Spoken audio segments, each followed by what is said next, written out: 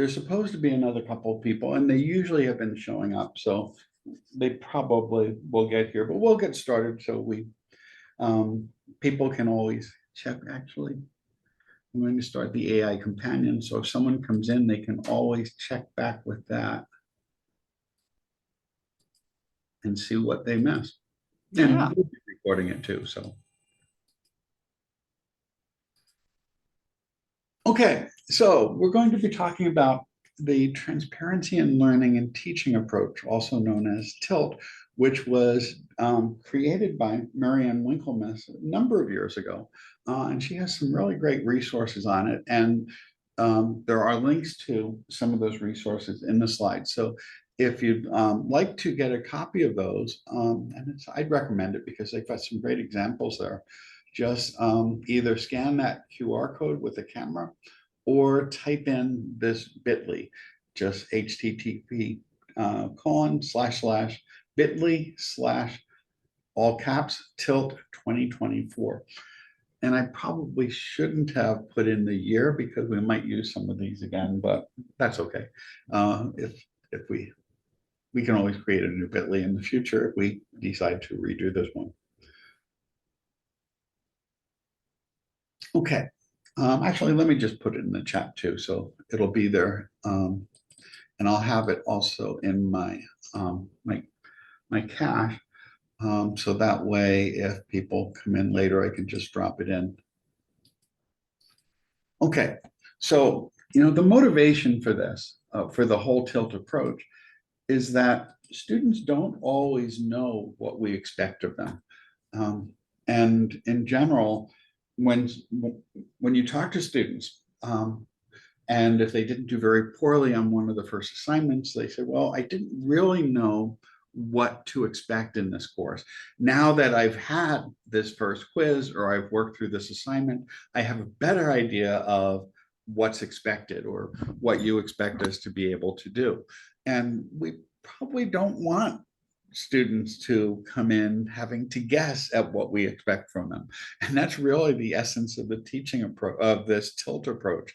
It's making explicit what we expect of students so that they won't waste their time trying to guess what you expect of them, but instead they come in already knowing what you expect them to do. And similarly, when we give our first exams or the first assignment, it can be really frustrating when we know what we asked and we often, we provided what we thought were clear expectations to students of what's expected, but they don't always share those expectations. And it's really easy for us to have solid expectations of what we expect students to do that may be very different from what they expect to see happen when they get these, their assignments. And by the second assignment, they generally do better. If you give them some feedback and let them redo it, which is generally a good practice, they do better. But it's so much better, or it's so much more enjoyable to read assignments that are the types of things you were hoping that students would do. And again, that's part of what the TILT approach is all about. And it's, let me get the cursor there. Okay. But one of the things that happens is that some students come in and turn in assignments are exactly the type of thing you were hoping they would do. But those are generally the students who went to schools where they had college prep courses, where a large proportion of students were going to college, where their instructors were preparing them to go on to college. But a lot of our students, and a growing share of our students, are in school districts where a relatively small proportion of students go into college. And many of the classes are not structured to prepare them for the types of activities that students will engage in. And similarly, we have a growing proportion of first-gen students who don't have parents or family members who have been college students or have been in four-year colleges, who can't really provide that much guidance or suggestions on what's expected of students when they arrive here. So the students that are more likely to guess correctly are the students who generally go to wealthier school districts that are a better resource, where more students go on to college. But we have a lot of students who come from school districts that don't prepare people quite as well for college. And so these differences in expectations can result in fairly different outcomes for students. And, this is especially true if you're going to be using high stakes assignments or high stakes assessments. And when students do poorly on that first exam or the first graded assignment, it can lead to a lot of discouragement, because it's really hard to recover if you don't give students the opportunity to recover. And again, we should be basing their grades and so forth on how much they are able to learn during the course of that class. But students may not know what to expect. And if you only have 3 or 4 exams, as so many of our classes do, or 3 or 4 graded assignments, doing poorly or getting a failing grade on that first assessment can be fatal in terms of the student's prospects for being successful in the course overall. So if you are going to use high stakes assignments, which we generally don't recommend, low stakes, graded activities are preferred, but in general, we want to make sure that students are able to know what's expected of them so that they can prepare for the types of assessments that we give them. And in general, we don't want students to focus on guessing what's expected of them. And many times, especially in the past, way back before I started giving students more options to be successful, or more ways in which they can retake assignments and work on things with either no or very little penalty if they do poorly initially, it would be so much. Students will say, well, that's not what I expected to be on the test, or that's not what I thought you were looking for. And again, this is what the tilt approach is all about, making explicit to students what they are expected to do, what they're expected to demonstrate, and so on. And it's really a pretty simple principle. And the goals of the tilt approach, and as I mentioned before, was developed by Mary-Ann Winklemas, who had been the director of teaching centers at several really good institutions. But she developed this approach, I think, while she was at Harvard, if I remember. And now she just works with the tilt approach, and she gives workshops on this and so on, and keynote speaking at engagements at many colleges. And she works with lots of colleges and universities that have attempted to implement this on a college-wide basis. So the goal is to take the mystery out of what's expected of students, optimize their learning so they focus not on trying to guess what's expected of them, but they focus their activities on actually learning and being able to demonstrate their learning. And also helping students understand not just what's expected of them, but how they're supposed to do something and why they're doing it. Because students will often, many people complain, and I think I may have done it once or twice, about students not being terribly engaged, especially since the pandemic. We've seen in general students sometimes not doing work that they're asked to do, and that's become a much more common problem. But one of the reasons for that is that students don't always understand why you're asking them to do things. It feels like there's a series of hoops that they have to jump through. And if they don't understand the motivation for it, or how it may benefit them in the future, or how it may be essential for them to master these skills if they are going to go on to their career goals or their life goals and so forth, it reduces the motivation for them to actively engage in these activities. So again, that's another part of the tilt approach, letting students know why you're asking them to do things, and also how they're supposed to do them. And what the research on this shows, and this has been tested really extensively in many studies and many institutions, is that the tilt approach, which is, again, as we'll see very shortly, is a very simple approach, has been shown to significantly reduce equity gaps. It tends to benefit all students, but it especially benefits those students who tend to be left behind. It especially benefits first-gen students. It especially benefits students who are in historically underrepresented groups. And in general, it just is beneficial to everyone. It makes it much more fun to read their work when they're giving you work that is the type of thing you expected, and it makes the feedback process a lot easier. And there's really only 3 key elements of the tilt approach. And that is to tell students what the purpose of the assignment is. And under Mary-Ann Winklemas's suggestion, every assignment should include a statement at the top of why you're doing this. It could be that explaining why they need to master these skills and why it's essential for what they're doing later, or how it may correct to career competencies or other things, but letting them know why they're being asked to do this. It's not just, again, a series of hoops they have to jump through, but they're able to demonstrate and develop skills that they're going to need either later in this course, in future courses, or perhaps in their future careers. And then the specific task, define the task that they're supposed to do. Be explicit and transparent about what they're expected to do. And then also the criteria for how it's going to be evaluated. And we can talk a little bit about each of those things. But basically, it's just these three things that every assignment should contain. And honestly, I haven't done this on all of mine yet. I'm gradually doing this more and more with assignments in my classes, but just explicitly stating all these things. And this is especially true, by the way, if you're teaching asynchronously, where you can't talk about these things in class. I've always tended to do this type of thing in class, but having it in writing, having it in the assignment itself makes it much more useful. And again, with asynchronous classes, that may be the only way they see it while they're working on the assignment. But even if it's something you've said in class, or even if some of this is described in the syllabus, students are generally taking 5 classes that have different criteria, different expectations, and so forth. And by making it explicit right at the start, right at the top of each assignment that you give students, it makes it again, reduces the uncertainty and reminds them of what they're expected to do and how they're going to be evaluated. So the purpose, again, is just explicitly stating why you're giving them a task and why it matters, why it's important.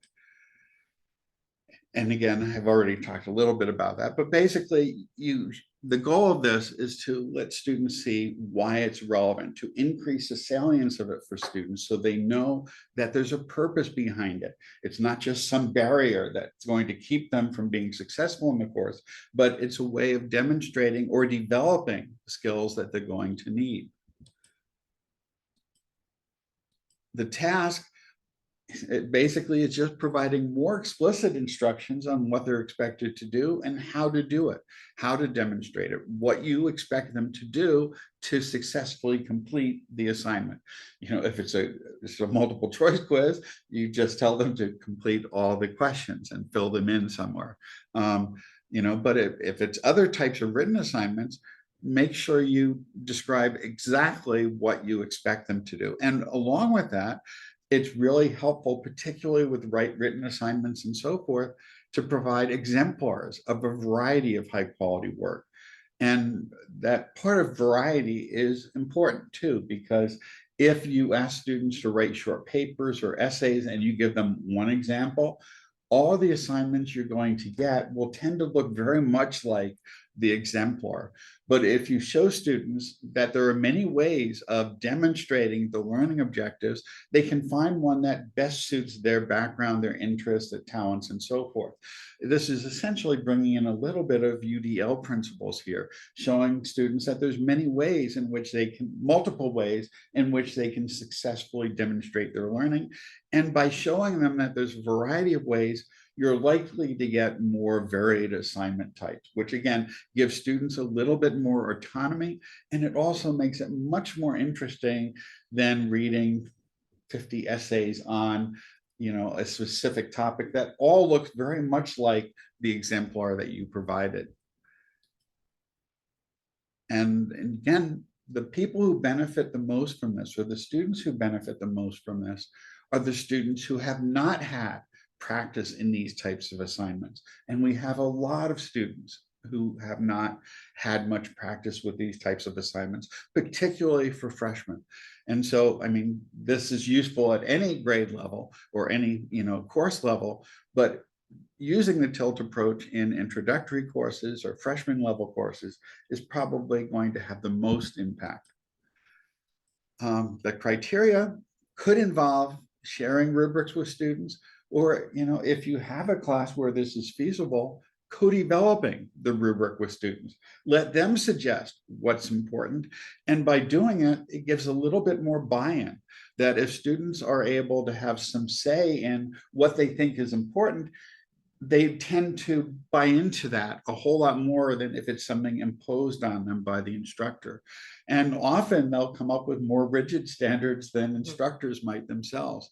But again, if they've come up with a rubric, they're not going to be very upset about what's expected of them. But that discussion of the creation of the rubric can be really helpful in making clear those expectations as well.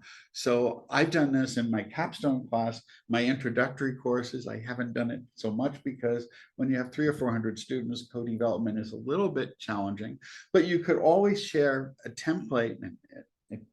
In general, more of that course is automated, so there's not as much opportunities for this.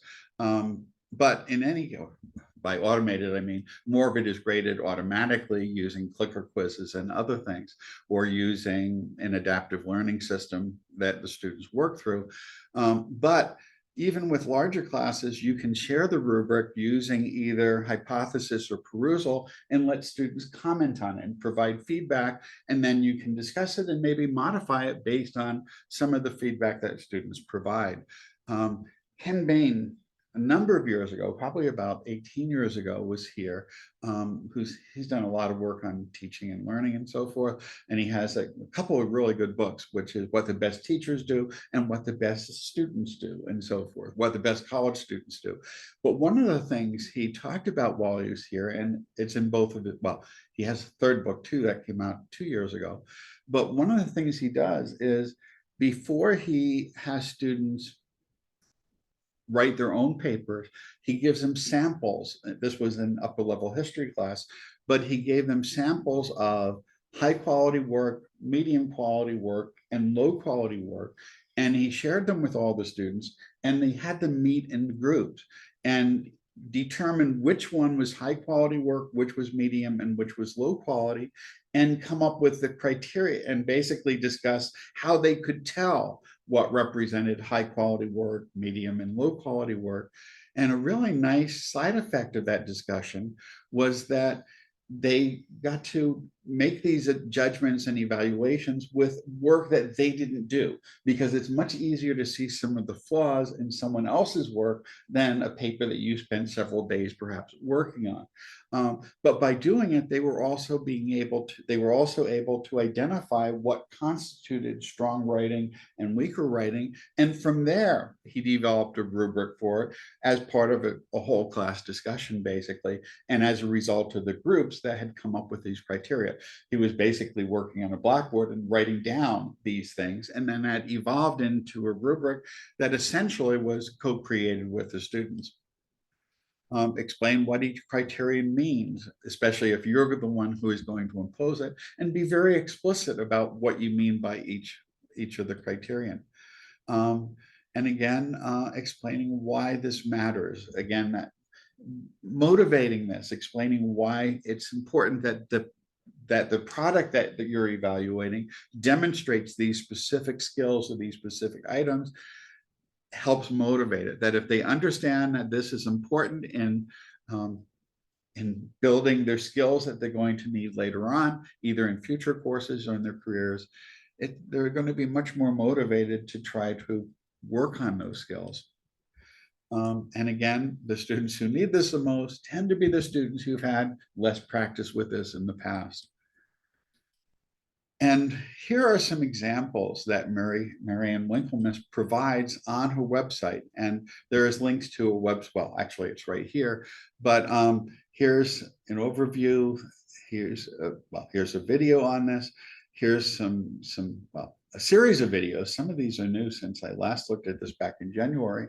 But what's kind of interesting are and by the way, the tools for teachers include sample rubrics and sample assignment forms, but the example assignments are kind of interesting. These are all examples of schools that have implemented some type of a tilt transformation of their assignments.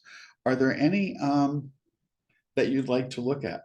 In each case, it has both the original assignment and a revised assignment using that uses the TILT framework.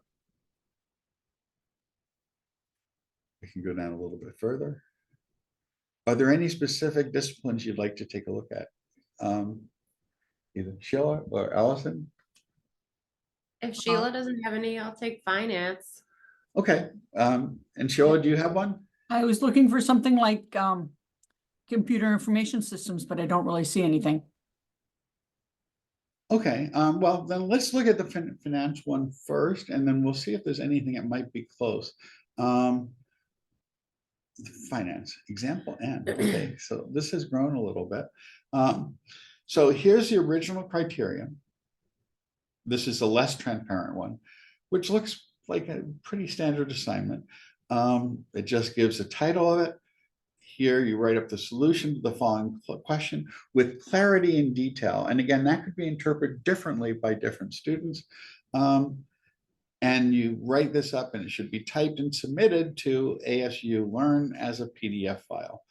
And it's basically, you know, present value type of problem, or actually, yeah, it just involves applying these numbers to standard formulas to measure compound interest and how this would affect. Okay, but now if we scroll down, we see a revised version.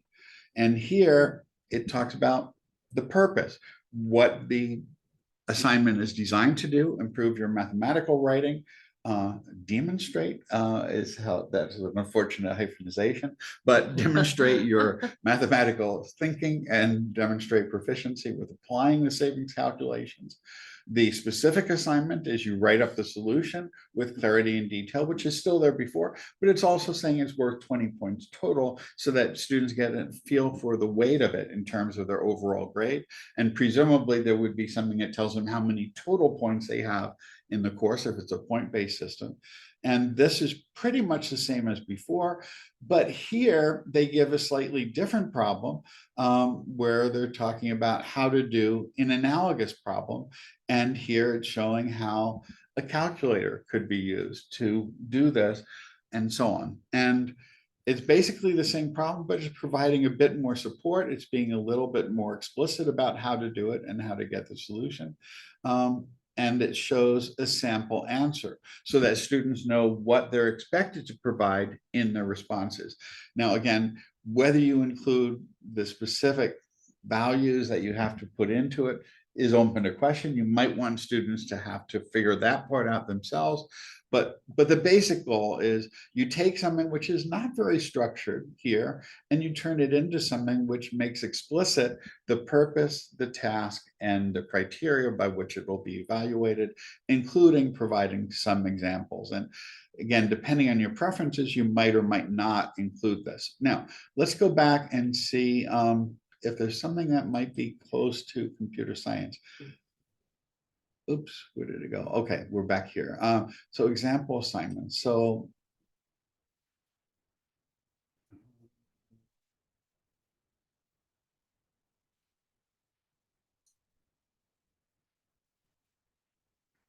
there's really not, but let's look at calculus, which is, you know, not quite the same, but it's the STEM fields where it may not be as clear. So here's a time calculus exam, which is probably pretty similar to many of the types of exams that our instructors will give. And then here's more of it. So this is basically the original test, but now it's again explaining why you're doing this. And then here you are to write up 5 problems with clarity and detail. Pick one from each of these categories. All 5 must come from different sections. You must rewrite. It's being very explicit, you know, because I've had in the past when I gave students essay exams, I might tell them they had to answer. If it was a class, we covered a wide range of material, like a history of economic thought class or something similar. I might ask students to answer 5 of the following 8 or 3 out of the following 5 questions or something like that. And then I'd always get someone who would answer all of them, hoping I would count the best, which wouldn't really be fair to the other students who only picked, you know, a small number. And here it's saying, specifically what you must do, and it's being very transparent about that. I did generally include instructions saying, you know, generally what I said is if you pick more, if you respond to more than this number, I will just take the first 3 or the first 5 or whatever. But here it's telling you, again, which specific problems. And then here it's giving you a criteria with three possible stages. Could be proficient, it could be emerging, or it could need improvement. And basically it's the accuracy of the calculus, whether you do the algebra correctly, whether you're using mathematic terminology correctly, and whether you restate the problem correctly in a reasonable form. And this all ties back into the original statement of the purpose, so that students can see how the criteria is basically evaluating the basic purpose. Because again, you notice part of it was the problem restatement, and one of the things that was there in the criteria was to demonstrate was to improve your mathematical writing so that you can use mathematical terminology appropriately. So these examples are kind of nice just to help illustrate this. Any comments or thoughts? I'm going to go back just a little bit. There's also, well, I'll pause, sorry. I think the redesigned ones are much more user-friendly. Like the students might actually like, it seems like they'd want to read it and get information from it to help them do the assignment. And then like the rubric gives nice feedback for what parts they need to improve on. Right, so it's giving them very specific feedback rather than just giving them 5 out of 10 points or 6 out of 10 or whatever for each of the questions, or 2 out of 3 points out on a 20-point project.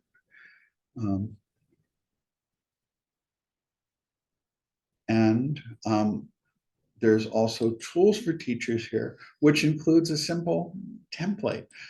So you can download this and you can use it, where here it has a purpose, the tasks, and the criteria. And then you could just download this and rewrite it. It's released under a Creative Commons license. And again, there's a lot more resources here. So here's a checklist for designing it, asking if you really have met all these things. You know, which the more you do it, the less you need a checklist, but it may not be, it might be helpful as you're starting this sort of approach. And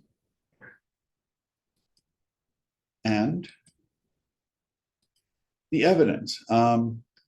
Here's a really interesting result, that in some large studies where Mary-Ann Winklemas worked with schools, what they found was that even just doing this, using the tilt approach in just one assignment in a gateway course, that of course that all students in the major have to take as their initial course in the major, led to increases in student achievement, their probability of continuing, so it improves student retention up to 3 years later.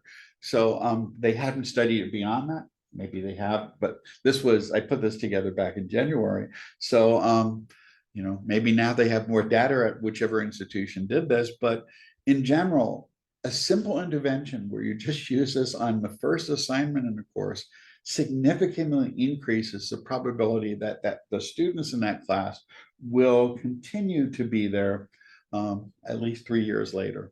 It improves student motivation, and it improves their ability to self-regulate, to be able to work through assignments on their own with less, you know, with less nudging from instructors and so forth. And basically, you know, the argument is that it especially does that for students who would be more at risk. And the argument is that it basically is doing that by eliminating the hidden curriculum that not everyone comes in knowing. That if you went to, again, a high school where most students go to college, you probably have already been exposed to some of the types of skills and assignments and problems that students are likely to face in college. But if you go to a school in the central city, quite often you will not have been exposed to as many of these types of assignments. And it's a big jump to get there. And, typically when you're faced with these things in high school, you're given many more opportunities to redo things than students in college tend to be. So by, again, making all this obvious and clear to students, it's just more fair and it's more equitable, and it has a significant effect on student outcomes. Without giving it away, without watering down your curriculum, you're still expecting the same thing. You're just reducing the uncertainty that students face, which again can also potentially reduce some of the anxiety that students face when trying to work through challenging classes. And one of the other things that Mary-Ann Winklemas has speculated on, at least, but there's not really a lot of evidence on this yet, but we're in a stage where during the pandemic, we saw a dramatic increase in academic integrity violations in high schools and in colleges, because when classes went remote and more assessments were done online, either in real time or by remote assignments, the use of tools such as Chegg and so forth exploded. And I think something like about half of all high school students reported engaging in some type of academic dishonesty in the previous month. And those are the students that we see here. And also now Chegg is becoming much less profitable and much less commonly used, but AI tools are also available for work that can be done outside of the classroom. And one argument is, if students understand why they're being tested on certain things, why they're being asked to do certain things to develop their skills, that should increase student motivation by focusing on developing an understanding rather than just trying to get the highest grade possible. Because so much of students' focus in classes is on what grades they want to achieve. And when you ask students, particularly in upper level classes, but even in principals classes, what their goal for the class is, and I usually do this even in my large class, in a discussion forum or in a forum, usually they'll say their goal is to get an A in the class. And if the goal is to get an A, there's a lot of shortcuts that they can take to do this with work done outside of a classroom. But if the goal is to master the skills and the learning and so forth that the class can provide them with, that should reduce the incentive to engage in academic dishonesty of various forms. So that's still another reason, at least, to consider using this. It's speculative because there really is no easy way of addressing this or assessing it. But again, in general, the more we can get students to focus their efforts on mastering skills and focusing less on just, again, maximizing grades, it's likely that we'll see a lot more learning taking place, and we won't have to worry so much about academic integrity issues. It seems plausible anyway. And here's some other resources. There's Tilt Higher Ed is a website we went to. There's a link to the assignment checklist. And also Mary-Ann Winklemas was on our podcast last year too, where she discussed all of these issues. And it was a really fun discussion. So what do you think? Any reactions? It makes perfect sense. I agree. I need to do more of it myself. In my class, I have many, many small assignments, and I need to be a bit more explicit about, I talk to them about it, but doing it explicitly in the assignments really also makes a lot of sense. And I need to do more of that. I imagine that there's a little, not conflict, but as you make your assignment instructions and such longer, you run up against students reluctant to read long things, and how do you balance that? Yeah, and that's a challenge. The more we scaffold work, though, that may make it less of an issue. I know I have students in my capstone course, and they've been writing for the last like 7 years now. They've either been writing a book jointly over the course of the semester, or they've been engaged in creating podcasts as a final product, in addition to some other things they do.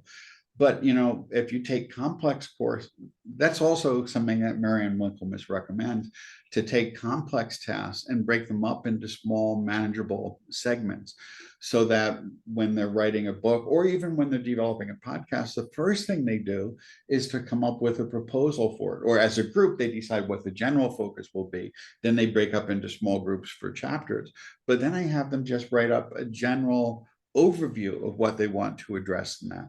And then I give them some feedback, other people in class give them some feedback, in a whole class discussion. And then the next thing I ask them to do is to come up with a bibliography. And then, generally I'll remind them that things they found on the web may not necessarily be very useful sources, particularly not for a senior level course in economics or in applied mathematical economics. And maybe newspaper articles may not always be the best sources, even though we've talked about that before. But they get some feedback on that, and they're given a little bit of direction and nudging and so forth. Then the next step is to turn in a somewhat revised, an outline of the materials based on what they found in their bibliography, along with an annotated bibliography. And then they get some feedback on that. And then in the next stage, they provide a more detailed outline. Then they provide a rough draft that's roughly half of the size of their final product. If they're doing a book project, if they're doing a podcast, they turn in a script, either a script or a very detailed outline of the arguments they're going to be making. They get some feedback on that. And then the next stage, they build on that. And I also have them do peer feedback at each stage, because when their fellow students are telling them that, this is not really that clear, or you may want to expand on this, or this seems to contradict something you said earlier in this chapter, that tends to get much more of a response than when the instructor provides that feedback, because they want to look good to their peers, and they tend to respond really positively to feedback from each other. So yeah, with bigger projects, it's really important to scaffold them, and that also reduces the incentive to engage in academic integrity issues, because they're being nudged a little bit in one direction or the other. And while you could use AI tools at any of those stages, at least more of the work is going to be their own, and some AI still does not do quite as well as well-prepared students can in terms of the writing. But although that's getting more and more difficult to determine as the tools develop. But scaffolding things into smaller segments really can help, and students appreciate it, because if all they're doing is writing one big term paper at the end of the semester, especially if they are not very experienced at this, some of them will turn in really superb things, and others will turn in something that is not at all what was expected. But by giving them feedback at each stage, you're saying, well, you need to do a bit more research on this topic, because there is a whole area where there is a lot of research that you haven't addressed. And by doing that early, it results in much higher quality products. And similarly, by having the peer feedback at each stage tends to help quite a bit, because when students know that their fellow classmates are going to be reading this, it provides them with more incentive to take the project a bit more seriously. And in particular, in those classes, they publish this publicly, so they know that it's going to be out there online and other people can see it. Well, actually, with the podcast, I give them the option of sharing it only with the class, or sharing it with publicly on a podcast server. And usually it's about 50-50, sometimes 70-30, with more people choosing to share it. It varies by semester, but when they know their work is going to be out there in public, it tends to also both reduce the likelihood that they'll be using someone else's work or engage in plagiarism or some form. And it also provides a really strong incentive to do something that's higher quality, because you know, among the things students will say at the end is, now I can show my parents what they helped pay for. And this is what I've been doing for the last 4 years or 5 years, as the case may be. And, you know, or they say that, well, now they're happy because they can put a link to this on their LinkedIn profile to demonstrate the type of work that they're able to do, or the type of writing that they're able to do, or the type of communication they're able to do, which also tends to increase that intrinsic value of the work. Mhm.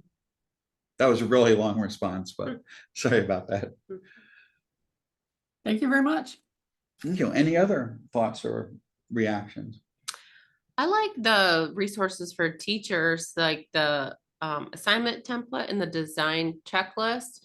It really makes it transparent to the instructors of what they have to do to make their assignments more transparent. Right, because again, we know what we want students to do, but if we don't make that explicit, students will have different perceptions of it. There is a classic study that was done where the researcher took 30 popular songs at the time, and they had people tap out the melody pattern on the table without singing, but just tap out the pattern of the songs. And the people who were tapping out the patterns were asked how likely it is that someone would recognize the song from this list of 30 based on the pattern that was tapped out. And generally, people were expecting something like a 60 or 70% accuracy rate of people listening to it. The actual accuracy rate was entirely random. So there was about a 1 in 30 probability that the person listening to the tapping would get the correct song. And the reason was the people who were tapping it heard the song in their head, and it was obvious to them what they were trying to convey, but it wasn't obvious to listeners. And the same sort of thing occurs when we tell students what we expect of them in assignments. And having the checklist and, you know, those instructions, I think, can force us to be a bit more explicit in what we expect, and force us to think about what we expect. And one of the things Mary-Ann Winklemas had said, you know, if you're giving assignments just because these were assignments given to you in the past, but they're not really going to be all that beneficial for something you're hoping students to develop, you know, it can also lead to you rethinking about some of the assignments that you give, so that they are more focused on the learning objectives for the course. Any other thoughts? It's a great resource. Yeah. Okay, well, thank you. I will stop the recording, and we'll have this posted later today. Thanks very much. Thank you.